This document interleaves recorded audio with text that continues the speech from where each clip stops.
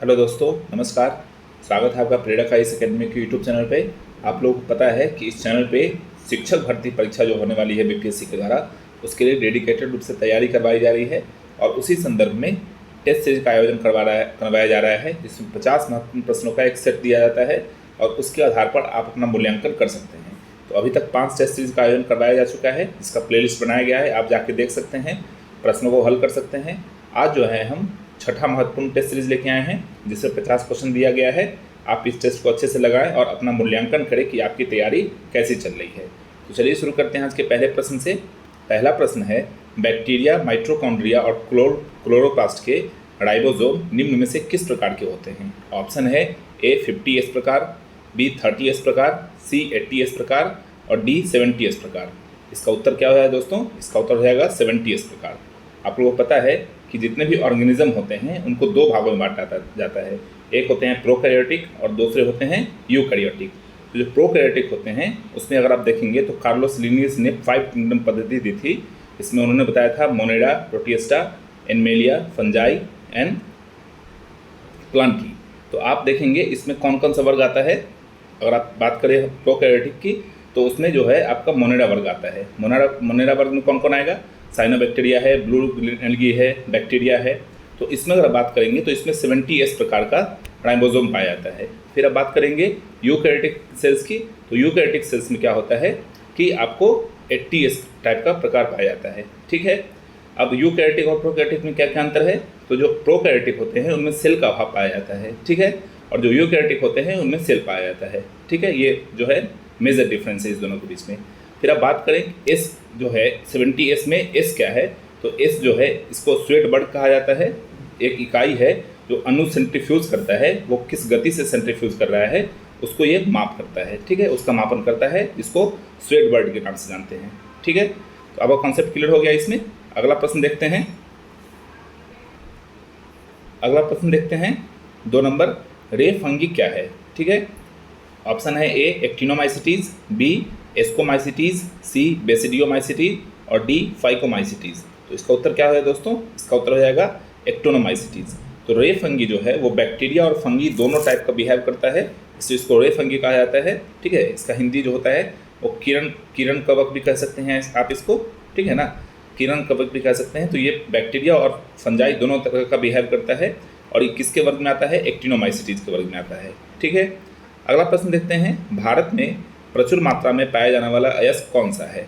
Option है ए monazite, B फ्लोरोस्पार, सी bauxite और D magnetite. इसका उत्तर क्या होगा दोस्तों? इसका उत्तर हो जाएगा ए मैग्नेजाइट। तो ये जो है केरल के जो बालू होते हैं तट पे, उसमें ये प्रचुर मात्रा में पाया जाता है। ठीक है, अगला प्रश्न देखते हैं, जब रिएक्टेंट की शुरुआती सांद्रता दोगुनी हो जाती है तो शून्य क्रम रिएक्शन का जीवनकाल पर क्या प्रभाव पड़ता है? ऑप्शन है ए नहीं बदलता है, बी आधा हो जाता है, सी 3 गुना हो जाता है और डी 2 गुना हो जाता है। इसका उत्तर क्या हो जाएगा दोस्तों? इसका उत्तर हो जाएगा डी 2 गुना हो जाता है। ठीक है, अगला प्रश्न देखते हैं 5 नंबर, जब एक युक्ति जो विद्युत परिपथ के रक्षण के लिए उपयोग की जाती है उसको क्या कहते हैं? ऑप्शन है ए फ्यूज, बी स्विच, सी फिलामेंट और डी टर्मिनल। इसका उत्तर क्या हो जाएगा दोस्तों? इसका उत्तर हो जाएगा फ्यूज। ठीक है, तो जो विद्युत परिपथ में रक्षण के लिए उपयोग की जाती है उसको क्या बोलते हैं हम लोग? फ्यूज बोलते हैं। ठीक है, अगला प्रश्न देखते हैं, क्रायोजेनिक ईंधन का प्रयोग निम्न में से किस में किया जाता है? ऑप्शन है ए परमाणु रिएक्टर, बी कृषि, सी रेलवे और डी रॉकेट। इसका उत्तर क्या हो जाएगा दोस्तों? इसका उत्तर हो जाएगा डी रॉकेट। तो क्रायोजेनिक ईंधन का इस्तेमाल किस में किया जाता है? रॉकेट में किया जाता है। ठीक है, अगला प्रश्न देखते हैं, गैसीय से तरल या ठोस अवस्था में परिवर्तन की प्रक्रिया को क्या कहते हैं? पूछ रहा है गैस से तरल या ठोस अवस्था में परिवर्तन। इसका उत्तर है ए वाष्पीकरण, बी संघनन, सी ओस गठन और डी द्रवण। तो इसका उत्तर क्या होगा दोस्तों? इसका उत्तर रहेगा बी संघनन, इसको आप इंग्लिश में कंडेंसेशन भी कहते हैं। ठीक है, अगला प्रश्न देखते हैं 8 नंबर, प्रिज्म से गुजरने पर प्रकाश का कौन सा वर्ण सबसे ज़्यादा झुकता है? ऑप्शन है ए पीला, बी नीला, सी लाल और डी बैगनी। तो इसका उत्तर क्या होगा दोस्तों? इसका उत्तर हो जाएगा 8 का डी। ठीक है, तो इसका होता है बैगनी। ठीक है, अगला देखते हैं 9 नंबर प्रश्न, मानव आँख अपने डैश पर किसी वस्तु की छवि बनाती है। ऑप्शन है ए कॉर्निया, बी परितारिका, सी पुतली, और डी रेटिना। तो इसका उत्तर क्या होगा दोस्तों, रेटिना हो जाएगा। तो मानव आँख जो है किसी वस्तु की छवि किस पे बनाती है, रेटिना पे बनाती है। ठीक है, अगला प्रश्न देखते हैं 10 नंबर, विद्युत विभवांतर की इकाई क्या है। ऑप्शन है ए कूलम, बी वाट, सी वोल्ट और डी ओम। आपसे क्या पूछ रहा है, विद्युत विभवांतर की इकाई। तो इसका उत्तर क्या होगा दोस्तों, इसका उत्तर हो जाएगा वोल्ट। तो विद्युत विभवांतर की इकाई क्या होती है, वोल्ट होती है। अगला प्रश्न देखते हैं 10 नंबर, 11 नंबर प्रश्न देखते हैं, किसी सिलाई मशीन की सुई की गति क्या होती है। ऑप्शन है ए आवर्ती, बी सरल रेखीय, सी वर्तुल और डी अनियमित। तो इसका उत्तर क्या है दोस्तों, 11 का उत्तर हो जाएगा ए आवर्ती।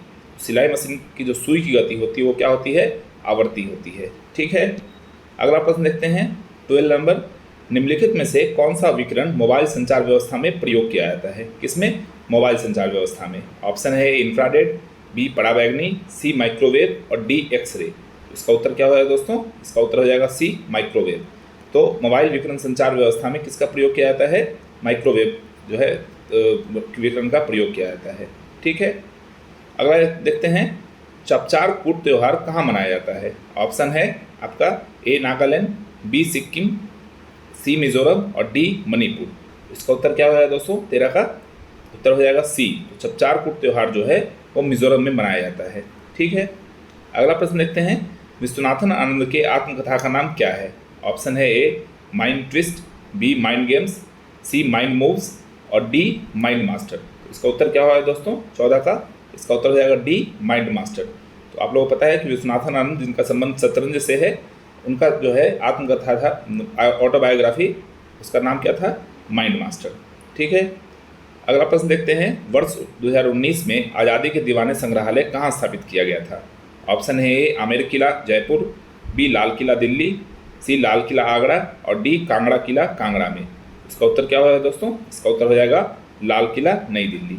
ठीक है, अगला प्रश्न देखते हैं, किस अखबार में शशि थरूर द्वारा साप्ताहिक column word of the week दिया जाता है। ऑप्शन है टाइम्स ऑफ इंडिया नई Delhi, B the Hindu, C Hindustan Times नई दिल्ली और डी इंडियन एक्सप्रेस नई दिल्ली। इसका उत्तर क्या होगा दोस्तों, इसका उत्तर हो जाएगा हिंदुस्तान टाइम्स नई दिल्ली। तो शशि थरूर के द्वारा क्या दिया जाता है, वर्ड ऑफ द वीक दिया जाता है, किसमें, हिंदुस्तान टाइम्स में। अगला है, क्रिप्टो करेंसी के पीछे किस तकनीक को जाना जाता है। ऑप्शन है A bath water, B fintech, C Investopedia और डी ब्लॉकचेन। तो इसका उत्तर क्या होगा दोस्तों, इसका उत्तर हो जाएगा डी ब्लॉकचेन। तो क्रिप्टो करेंसी जो है वो किस तकनीक पे काम करती है, ब्लॉकचेन तकनीक पे काम करती है। ठीक है, अगला है, कोडागू किस चीज़ के लिए मशहूर है। ऑप्शन है ए चाय, बी कॉफ़ी, सी कोको और डी बनाना चिप्स। कौन सा पूछ रहा है आपसे, कोडागू। तो इसका उत्तर क्या होगा दोस्तों, इसका उत्तर बताइए आप लोग।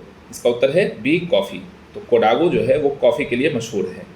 ठीक है, अगला प्रश्न देखते हैं, लिग्नाइट का खनन कहाँ होता है। ऑप्शन है ए तलचर, बी बल्लाल शाह, सी सिंगरेनी और डी नेवेली। तो इसका उत्तर क्या होगा दोस्तों, 19 का नेवेली। तो लिग्नाइट का खनन कहाँ होता है, नेवेली में होता है। ठीक है, अगला प्रश्न है, पेंगोंग झील किस राज्य में स्थित है। ऑप्शन है ए जम्मू कश्मीर, बी केरल, सी लद्दाख केंद्र शासित प्रदेश और डी हिमाचल प्रदेश। इसका उत्तर क्या होगा दोस्तों, इसका उत्तर हो जाएगा सी लद्दाख। तो पेंगोंग झील कहाँ स्थित है, लद्दाख में स्थित है। अगला देखते हैं 21 नंबर, कन्याकुमारी निम्न में से कहाँ स्थित है। ऑप्शन है ए तमिलनाडु, बी केरल, सी कर्नाटक और डी आंध्र प्रदेश। इसका उत्तर क्या होगा दोस्तों, इसका उत्तर हो जाएगा ए तमिलनाडु। तो कन्याकुमारी कहाँ स्थित है, तमिलनाडु में स्थित है। ठीक है, 22 नंबर प्रश्न देखते हैं, सरदार सरोवर बांध किस नदी पर निर्मित है या स्थित है। ऑप्शन है ए तापी, बी साबरमती, सी नर्मदा और डी माही।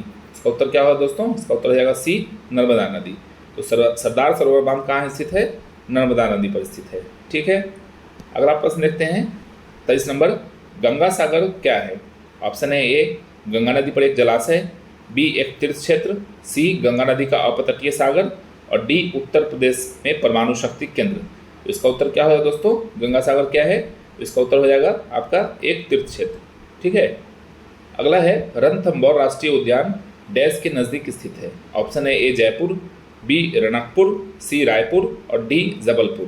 तो इसका उत्तर क्या होगा दोस्तों, इसका उत्तर रहेगा ए जयपुर। तो रणथंभौर राष्ट्रीय वन्यजीव अभयारण्य उद्यान जो है वो कहाँ स्थित है, जयपुर में स्थित है। ठीक है, अगला है, पन्ना किसके खनन के लिए मशहूर है। ऑप्शन है ए सोना, बी हीरा, सी चांदी और डी प्लेटिनम। इसका उत्तर क्या होगा दोस्तों? 25 का उत्तर हो जाएगा आपका हीरा। तो पन्ना जो है वो किसके खनन के लिए मशहूर है? हीरे के खनन के लिए मशहूर है। ठीक है, फिर 26 नंबर प्रश्न देखते हैं। मारवाड़ राजस्थान के किस भाग में स्थित है? ऑप्शन है ए पश्चिमी, बी पूर्वी, सी उत्तरी और डी दक्षिणी। इसका उत्तर क्या होगा दोस्तों? इसका उत्तर हो जाएगा ए पश्चिमी। तो मारवाड़ जो है वो राजस्थान के पश्चिमी प्रदेश में स्थित है। ठीक है, और यहाँ के जो मूल निवासी होते हैं उनको मारवाड़ी कहा जाता है। ठीक है, अगला प्रश्न देखते हैं 27 नंबर। निम्नलिखित में से कौन सा जोड़ा सही सुमेलित नहीं है? फिर आप ध्यान देंगे क्वेश्चन में क्या पूछ रहा है आपसे, नहीं। ठीक है, option A Sutlej Guru Govind Sagar, B Kaveri Krishna सागर, सी चंबल गांधी सागर और डी गोदावरी नागार्जुन सागर। इसका उत्तर क्या होगा दोस्तों? डी गोदावरी नागार्जुन सागर। ठीक है, तो ये सुमेलित नहीं है। ठीक है, अगला प्रश्न देखते हैं 28 नंबर। किस आंदोलन में गांधी जी ने करो या मरो का नारा दिया था? आपके ऑप्शन है ए चंपारण सत्याग्रह, बी असहयोग आंदोलन, सी सविनय अवज्ञा आंदोलन और डी भारत छोड़ो आंदोलन। इसका उत्तर क्या है दोस्तों? इसका उत्तर हो जाएगा 28 का डी भारत छोड़ो आंदोलन। तो महात्मा गांधी ने करो या मरो का नारा किस में दिया था? भारत छोड़ो आंदोलन में दिया था। ठीक है, अब 29 नंबर प्रश्न देखते हैं। 29 नंबर प्रश्न में क्या पूछता है? किस वंश ने सबसे अधिक समय तक शासन किया था? ऑप्शन है आपका ए मौर्य वंश, बी शुंग वंश, सी गुप्त वंश और डी कुषाण वंश। तो इसका उत्तर क्या होगा दोस्तों 29 का? इसका उत्तर हो जाएगा सी गुप्त वंश। तो गुप्त वंश ने कब तक शासन किया था? सबसे लंबे समय तक प्राचीन काल में शासन किया था। ठीक है, अगला प्रश्न देखते हैं 30। त्रिपिटकों का संबंध किस धर्म से है? क्या पूछ रहा है आपसे? त्रिपिटक का संबंध। तो ऑप्शन है ए शैव धर्म, बी जैन धर्म, सी वैष्णव धर्म और डी बौद्ध धर्म। इसका उत्तर क्या होगा दोस्तों? 30 का बौद्ध धर्म हो जाएगा। तो त्रिपिटक जो थे, विनय पिटक, अभिधम्म पिटक और सूत्र पिटक, इन तीनों का संबंध किससे है? तो बौद्ध धर्म से है। ठीक है, और यहीं पर अगर आपको त्रिरत्न पूछ देता कि त्रिरत्न का संबंध किससे है, उसका संबंध जैन धर्म से है। आप ध्यान रखेंगे, इसमें कंफ्यूज नहीं होना है। एग्जामिनेशन में अक्सर त्रिरत्न और त्रिपिटक के बारे में पूछ देता है। तो अगर त्रिरत्न के बारे में पूछे तो आप बता देंगे कि वो जैन धर्म से संबंधित है, और त्रिपिटक के बारे में पूछे तो वो बता देंगे किससे संबंधित है? बौद्ध धर्म से संबंधित है। अगला प्रश्न है 31 नंबर। पंचतंत्र किसके द्वारा लिखा गया है? ऑप्शन है ए कालिदास, बी हरिसेन, सी विष्णु शर्मा और डी विशाखदत्त। इसका उत्तर क्या होगा दोस्तों? इसका उत्तर हो जाएगा सी विष्णु शर्मा। तो पंचतंत्र जो है किसके द्वारा लिखा गया है? विष्णु शर्मा के द्वारा लिखा गया है। ठीक है, अगला क्वेश्चन देखते हैं। पुरुषार्थ कितने प्रकार के होते हैं? ऑप्शन है ए 2, बी 4, सी 6 और डी 16। इसका उत्तर क्या होगा दोस्तों? इसका उत्तर हो जाएगा बी 4। तो 4 प्रकार के पुरुषार्थों का वर्णन है। ठीक है, अगला देखते हैं जैन धर्म के 10वें तीर्थंकर कौन थे? ठीक है, ऑप्शन है ए ऋषभनाथ, बी महावीर, सी अरिष्टनेमी और डी पार्श्वनाथ। इसका उत्तर क्या होगा दोस्तों? इसका उत्तर हो जाएगा सी डी पार्श्वनाथ। ठीक है, तो यहाँ पे आप टाइपिंग मिस्टेक है, आप इसको 23वें तीर्थंकर पढ़ेंगे। ठीक है, तो 23वें तीर्थंकर कौन थे? तो पार्श्वनाथ थे। ठीक है, अगला प्रश्न है अजंता की गुफाएं किस राज्य में स्थित है? ऑप्शन है ए कर्नाटक, बी महाराष्ट्र, सी पंजाब और सी मध्य प्रदेश और डी पंजाब। इसका उत्तर क्या होगा दोस्तों 34 का? इसका उत्तर हो जाएगा बी महाराष्ट्र। तो अजंता की गुफाएं किस राज्य में स्थित है? महाराष्ट्र में स्थित है। ठीक है, अगला प्रश्न देखते हैं 35। मेगास्थनीज को राजदूत के रूप में किसके दरबार में भेजा गया था? ऑप्शन है ए चंद्रगुप्त मौर्य, बी अशोक, सी हर्षवर्धन और डी समुद्रगुप्त। इसका उत्तर क्या होगा 35 का दोस्तों? चंद्रगुप्त मौर्य। आप लोगों को पता है कि मौर्य वंश के संस्थापक थे चंद्रगुप्त मौर्य, और मेगास्थनीज को जो है सेल्यूकस निकेटर ने राजदूत के रूप में इनके दरबार में भेजा था। ठीक है, अगला है 36 नंबर प्रश्न। बद्रीनाथ धाम किस राज्य में स्थित है? ऑप्शन है ए उत्तर प्रदेश, बी उत्तराखंड, सी हिमाचल प्रदेश और डी असम। इसका उत्तर क्या होगा दोस्तों 36 का? बी उत्तराखंड। तो बद्रीनाथ धाम कहाँ स्थित है? उत्तराखंड में स्थित है। ठीक है, अगला प्रश्न देखते हैं 37। शक संवत का प्रारंभ कब माना जाता है? ऑप्शन है ए 72 ईस्वी, बी 75 ईस्वी, सी 78 ईस्वी और डी 80 ईस्वी। इसका उत्तर क्या होगा दोस्तों 37 का? सी 78 ईस्वी। तो शक संवत का प्रारंभ कब से माना जाता है? 78 ईस्वी से माना जाता है। ठीक है, अब देखते हैं अगला प्रश्न। अयोध्या किस नदी के तट पर स्थित है?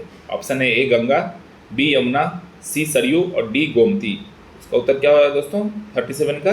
सी सरयू। तो अयोध्या जो है वो सरयू के तट पर स्थित है। ठीक है, अगला प्रश्न देखते हैं 39। वेद में प्राचीनतम वेद कौन सा है? ऑप्शन है ए अथर्ववेद, बी यजुर्वेद, सी सामवेद और डी ऋग्वेद। इसका उत्तर क्या होगा दोस्तों? 39 का डी ऋग्वेद। तो वेद में जो सबसे प्राचीन वेद है वो कौन सा है? ऋग्वेद है। और इसी ऋग्वेद में जो है बिहार के प्रदेश को व्रात या कीकट कहा गया है। ठीक है, अगला प्रश्न देखते हैं। विक्रमशिला विश्वविद्यालय की स्थापना किस वंश के राजाओं द्वारा की गई थी? ऑप्शन है ए पाल वंश, बी परमार वंश, सी चंदेल वंश और डी चोल वंश।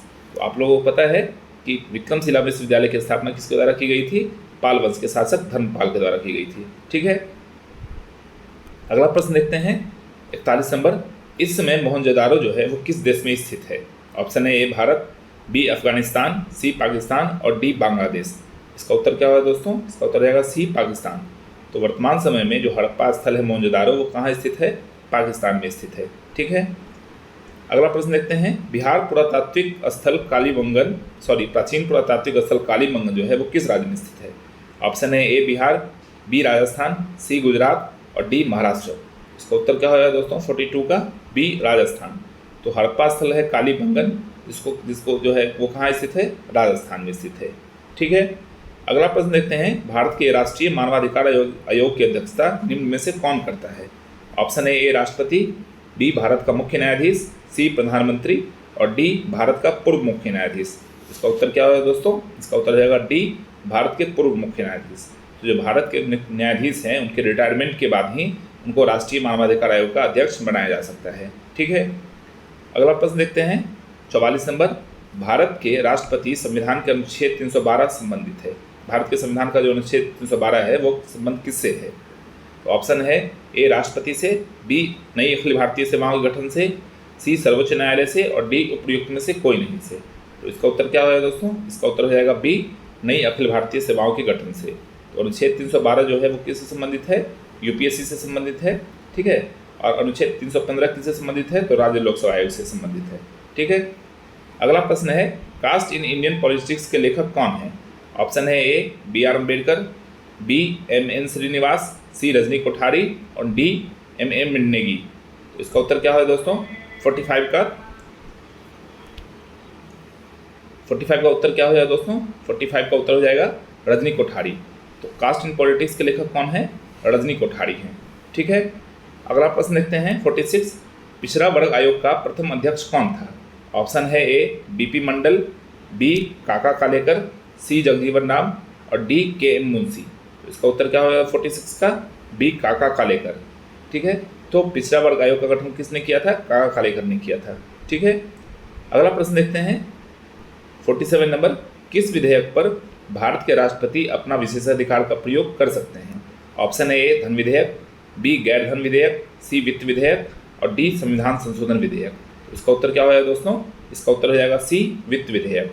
तो आप लोगों को पता है कि अनुच्छेद 110 में धन विधेयक का चर्चा है। तो धन विधेयक पे जो है राष्ट्रपति अपना नहीं कर सकते हैं चर्चा, विशेषाधिकार का प्रयोग नहीं कर सकते हैं, वित्त विधेयक कर सकते हैं। ठीक है, अगला प्रश्न देखते हैं। संविधान का निम्न में से कौन सा अनुच्छेद भारत के राष्ट्रपति के महाभियोग प्रक्रिया से संबंधित है? ऑप्शन है ए अनुच्छेद 53, बी अनुच्छेद 58, सी अनुच्छेद 61 और डी अनुच्छेद 62। तो इसका उत्तर क्या है दोस्तों? 48 का। इसका उत्तर हो जाएगा सी अनुच्छेद 61। तो भारत के राष्ट्रपति जो हैं उनको अनुच्छेद 61 के तहत उन पर महाभियोग लगाया जा सकता है। ठीक है, अगला प्रश्न देखते हैं 49 नंबर। हाल ही में भारतीय क्रिकेट कंट्रोल बोर्ड बीसीसीआई के सीनियर पुरुष क्रिकेट चयन समिति का अध्यक्ष किसे नियुक्त किया गया है? ऑप्शन है ए सौरव गांगुली, बी अजीत अगरकर, सी महेंद्र सिंह धोनी और डी रवि शास्त्री। इसका उत्तर क्या होगा दोस्तों? 49 का। इसका उत्तर हो जाएगा बी अजीत अगरकर। तो आपको पता है कि भारत के पूर्व तेज गेंदबाज अजीत अगरकर को हाल ही में बीसीसीआई ने सीनियर पुरुष क्रिकेट चयन समिति का अध्यक्ष नियुक्त किया गया है। बहुत पहले जो है चेतन शर्मा इसके अध्यक्ष थे और उनके रिटायरमेंट के बाद, उनके त्यागपत्र के बाद यह पद खाली था और अब हाल में ही इनको जो है अजीत अगरकर को उस पद पर नियुक्त किया गया है। ठीक है, अगला प्रश्न है। भारत की पहली पुलिस ड्रोन यूनिट कहाँ पर शुरू की गई है? ऑप्शन है ए बिहार, बी कर्नाटक, सी चेन्नई और डी बंगाल। इसका उत्तर क्या होगा दोस्तों? इसका उत्तर हो जाएगा सी चेन्नई। तो भारत की पहली पुलिस ड्रोन यूनिट कहाँ स्थापित की गई है? चेन्नई में स्थापित की गई है। तो इसी के साथ दोस्तों हम लोगों ने 50 महत्वपूर्ण प्रश्नों को देखा। उम्मीद है कि आप लोग इसमें बेहतर प्रदर्शन किए होंगे और निरंतर आगे करते रहेंगे। इसी तरीके से हम इसी संदर्भ में आगे भी टेस्ट सीरीज का आयोजन करवाएंगे। आप इस टेस्ट सीरीज पे बने रहिए, चैनल पे बने रहिए। चैनल को सब्सक्राइब कीजिए, लाइक कीजिए, शेयर कीजिए और अपनी पढ़ाई जो है निरंतर रूप से जारी रखिए। आप हमें उम्मीद है कि अगर आप इस तरह से पढ़ते रहे तो आगामी जो आने वाली एग्जामिनेशन है टीचर के लिए, उसमें आप निश्चित रूप से सफल होंगे। तो चलिए मिलते हैं अगले वीडियो में, तब तक पढ़ाई करते रहिए। धन्यवाद।